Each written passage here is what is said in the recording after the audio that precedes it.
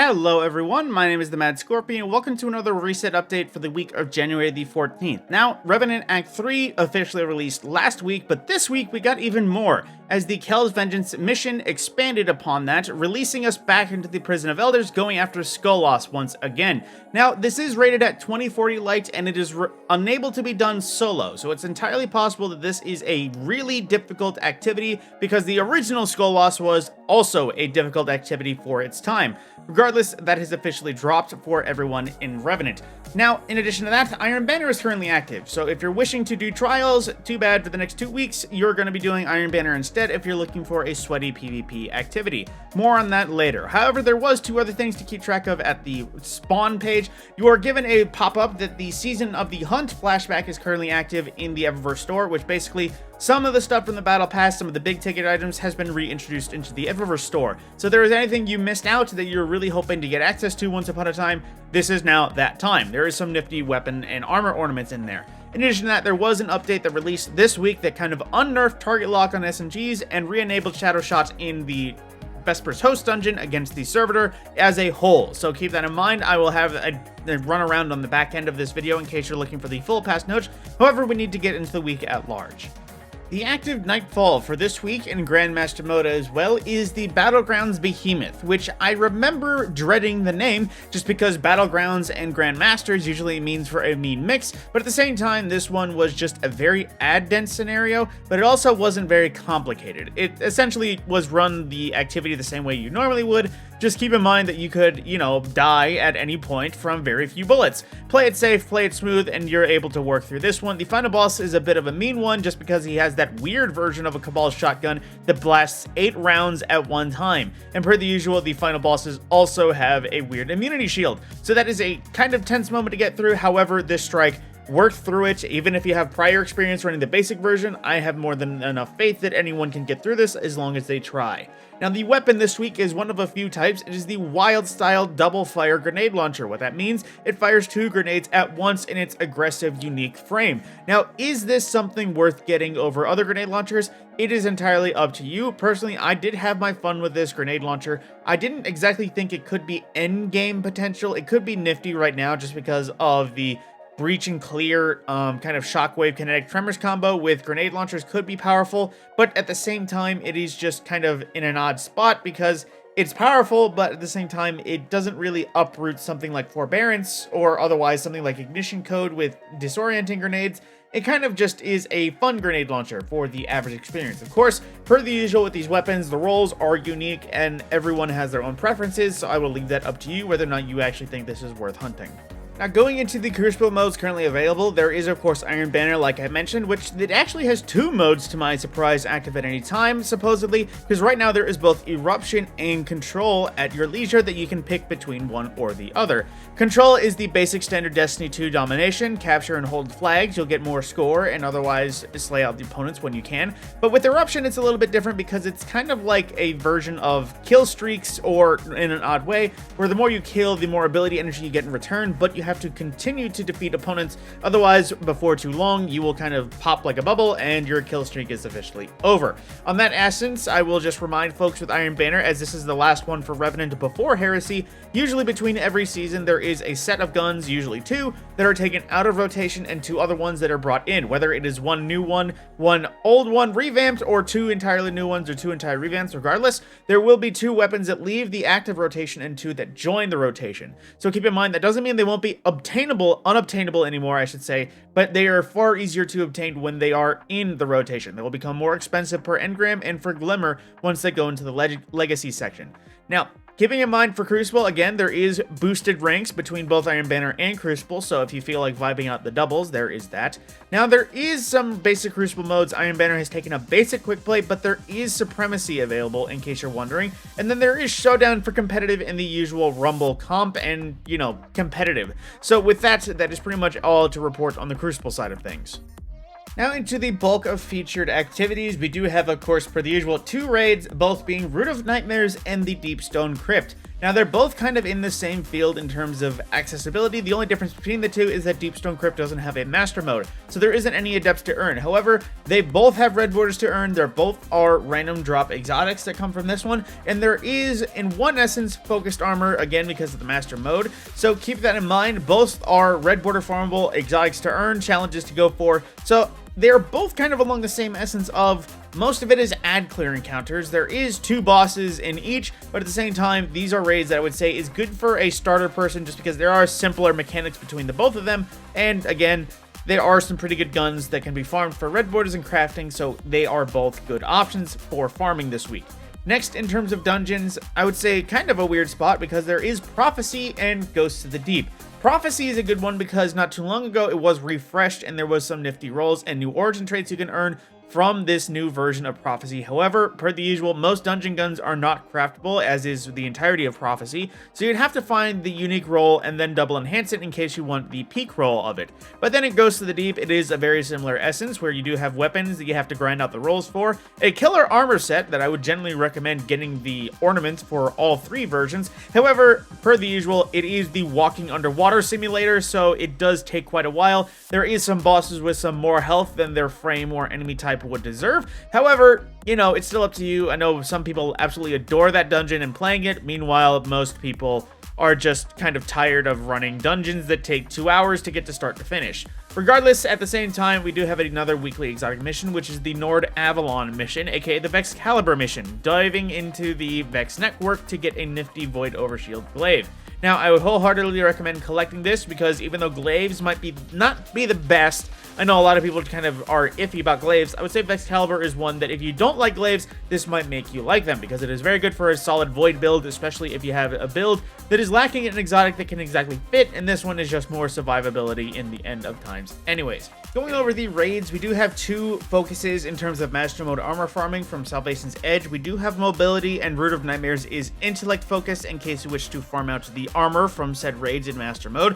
However, the raid challenges are Salvation's Edge, Coordinated Efforts challenge to start, then Crota's End is still bugged, not rewarding a challenge. The Root of Nightmares being featured is all challenges active, so you can farm them out infinitely at any time. The King's Fall is Devious Thievery, the Valid Disciple is the Looping Catalyst Roll challenge, Vault of Glass is Out of Its Way Templar challenge, Deepstone Crypt again featured, so all challenges are active, infinitely farmable. And the Garden of Salvation is 0 to 100 Sanctified Mind challenge, and last Witch is the Witch challenge. And wrapping it up with Dares of Eternity Expert mode, we do have Fallen, Hive, and Zydron for the rotations in the boss fights. Now, possibly with the last week of challenges, there is the usual Act 3, Part 3 of completing Kell of Kells. Basically, just wrap up the story and you will have this done already. And then there is the Immortal Wrath for defeating combatants with Slayer's Fang in episode Revenant activities. This is not retroactive because I have used it a healthy amount in the mission itself, unless that does not count. Regardless, I would just recommend using the gun for a while. It is nifty. The Neptune activities, which is basically bounties, patrols, public events, lost sectors, all while on Neomuna. The Commendation Appreciation for earning commendations in various ritual activities. Then Expedited Violence for rapidly defeating targets in Crucible, Gambit, or Vanguard, again playlist activities, and the usual bonus progress for Guardian defeats. The Ultimate Champion for defeating champions in any Nightfall strike on any difficulty that includes champions, bonus progress for the higher difficulty tiers, and the usual calibration, this time long-range weapons, including bows, pulse rifles, and trace rifles. I didn't think trace rifles were long range. I figured that was short range. Regardless, as usual, bonus progress for defeating Guardians.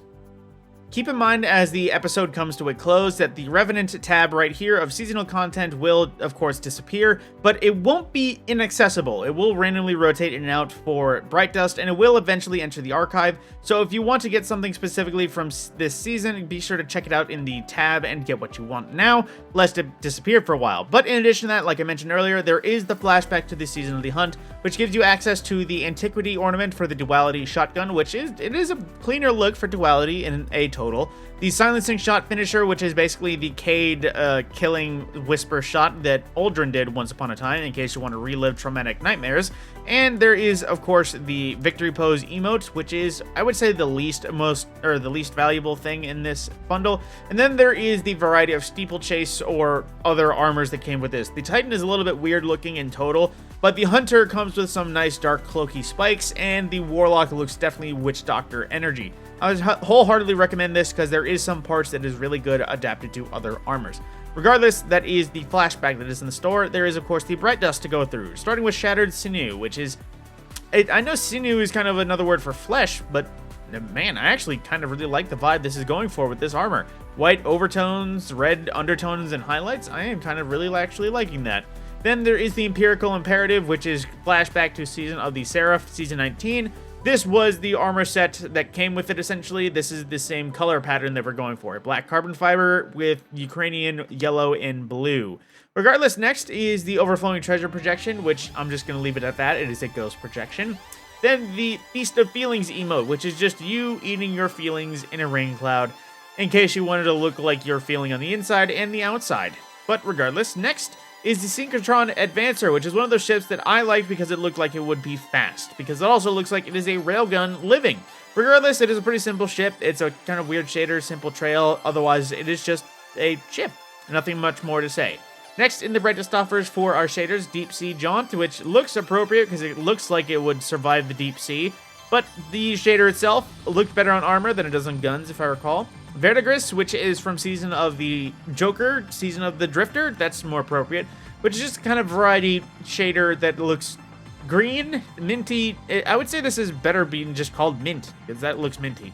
Then Royal Welcome, which is from Season of Opulence. This was, I think, the...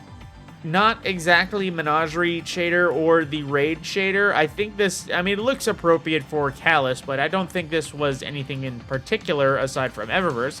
And the Raven Silk from Season of the Plunder, which this was to match the armor ornaments from that associate season, which is basically to look rusty and almost gangrenous, if that's the right word, or gangrene, something like that. Then for some transmats, we have Vexgate Arrival from Season of Dawn, which is explanatory. You pop out of a seeming Vexgate. Then the champion entrance from Season of Arrivals, where you look like a champion spawning and just being weird, pulsing weirdness. And the Catch Flight entrance from Season 12, it's, you know, you popping out of a fallen catch that kind of awkwardly just is there. For our main ticket items, we have the Wiggle Worm, which is basically just you and a Hive Worm just really not being able to beat each other. One being way more powerful than the other, supposedly. And, you know, suddenly the worm bursts into flames. Next is the Slow Jam multiplayer emote, which if you just wanted to dance with somebody really slow and that way, you can of course do that if you so wish. The Archangel Shell, which is basically, I want to say, well, it is obviously Seraph and Rasputin style, but it is a little bit weird because it looks like it's in a triangular tunnel in some weird way. Next is the Ark's Courier, which is from Season of the Seraph, which this was the Ark ship and associates with the, you know, Ark 3.0 set that didn't come out when Ark 3.0 came out. Regardless, a pretty nifty ship, but otherwise a ship. The Mudcake Monstrosity, which is the Warthog Sparrow flashback from the 30th anniversary event, which does look like it has wheels, but of course the wheels don't touch the ground, so in the end, it is just a weird-looking floating jeep. And next, the Opalized Nobility for the Rat King, which is a kind of clean amethysting gold look for Rat King. Is a little bit more Dreaming City than anything, but at the same time, it's a nice shader to go along with it, although Rat King is basically just this exact same ornament, but different colors in the end, so... And next, after Rat King, there is the Corvidae projection, which is usually the last, as always, a ghost projection that no one really cares about. This is a little bit better looking, but in the end, who really cares about ghost projections? And with that, that is the end of the reset update. I'm going to go and transition into the patch notes for the recent update, but if this is where you end, I much appreciate your time, and I will see you in the next video. For update 8.1.5.3, the first fix was an issue where some ability kills could generate special ammo bricks in the Crucible. And for dungeons and raids, basically like I mentioned, they allowed a Shadow Shot to be reused again. They prevented its crashing issue, hopefully. They also changed the number of active servitors that appear during the DPS phase. They also rebalanced the health though, so this shouldn't change the fight really, it just might be a little bit easier on the CPU. And for infiltration, they fixed an issue that allowed nuclear cores from the traversal section to be used outside of the encounter. In gameplay and investment, there was some changes to some exotic armor. Basically, anything Alpha Loopy is reduced effect with using Thruster. On the class item, it is only 30 HP, and on the armor itself is 60 HP. Balador's Wrathweavers, Mantle, Battle Harmony, and Stormdancer's Brace all had issues fixed. For Balador's, the basic, just random shattering enemies way better. That has been fixed. Battle Harmony's perk being activated during Song of Flame is no longer there. Then as well, Stormdancer's fixed an issue where Stormdancer does not refund energy if the player was in Transcendence during Storm Trance. For Celestial Nighthawk, they fixed its issue where it was incorrectly receiving boasted roaming super recharge benefits, so it should be recharging an appropriate amount. The various issues here fixed the Iron Intent armor set that was missing the Iron Lord's Pride intrinsic perk. They fixed an issue with Solar Weapon ×4 unable to be applied by exotics such as Battle Harmony, Foe Tracer, and Path of Burning Steps to exclude weapons besides Two-Tailed Fox. The Daito manufacturer extends apologies. And there was some tuning in terms of various archetypes. There was the Sidearm Heavyverse getting a little bit more damage in the Crucible. Some machine guns got increased magazine size to 10-15% depending on the rate of fire. Pulse Rifles High Impacts got a little bit reduced damage over range. The Lightweights got increased body shot damage and crit hit damage, as well as Scouts Lightweights getting increased body shot and crit damage in the Crucible. Auto Rifles got rapid fire increased of damage. Hand cannons with precision frames get the reduced ADS movement speed penalty by 10%. Sniper Rifles reduce the camera roll component of flinch against players by 20%. Heavy Ammo Grenade Launcher reduce self-damage by 50% as a total. That sounds great. The Skulking Wolf Origin trait in PvP will now activate in PvP, and when active it makes enemies slightly less accurate when targeting you. And Target Lock, again, they reverted the specific tuning for submachine guns. The exotics, Graviton Lance's rate of fire was dropped back down. Whisper the Worm gets reduced camera roll components also with snipers. Ace of Spades fixed an issue where Firefly Explosion was doing the kinetic damage instead of solar. And then some other general changes. They fixed an issue where the Scavenger's Fate Shotgun got Demolitionist. It is replaced with Slide Shot, and if it was already enhanced, it is now Enhanced Slide Shot. Fixed an issue where Omniscient Eye did not roll with Enhanced Precision Intimate at the crafting table. Fixed an issue where the Season of Rivals version of Criminal's Dagger had incorrect stats. And fixed an issue they allowed Harmony and Discord perks to be activated by using certain abilities or getting onto vehicles. And lastly, fixed an issue where audio could cut out during cinematics and it crashed, or fixed a server crash that caused a high frequency guitar errors that caused many activities and destinations. That is the end of the video. I will see you in the next one.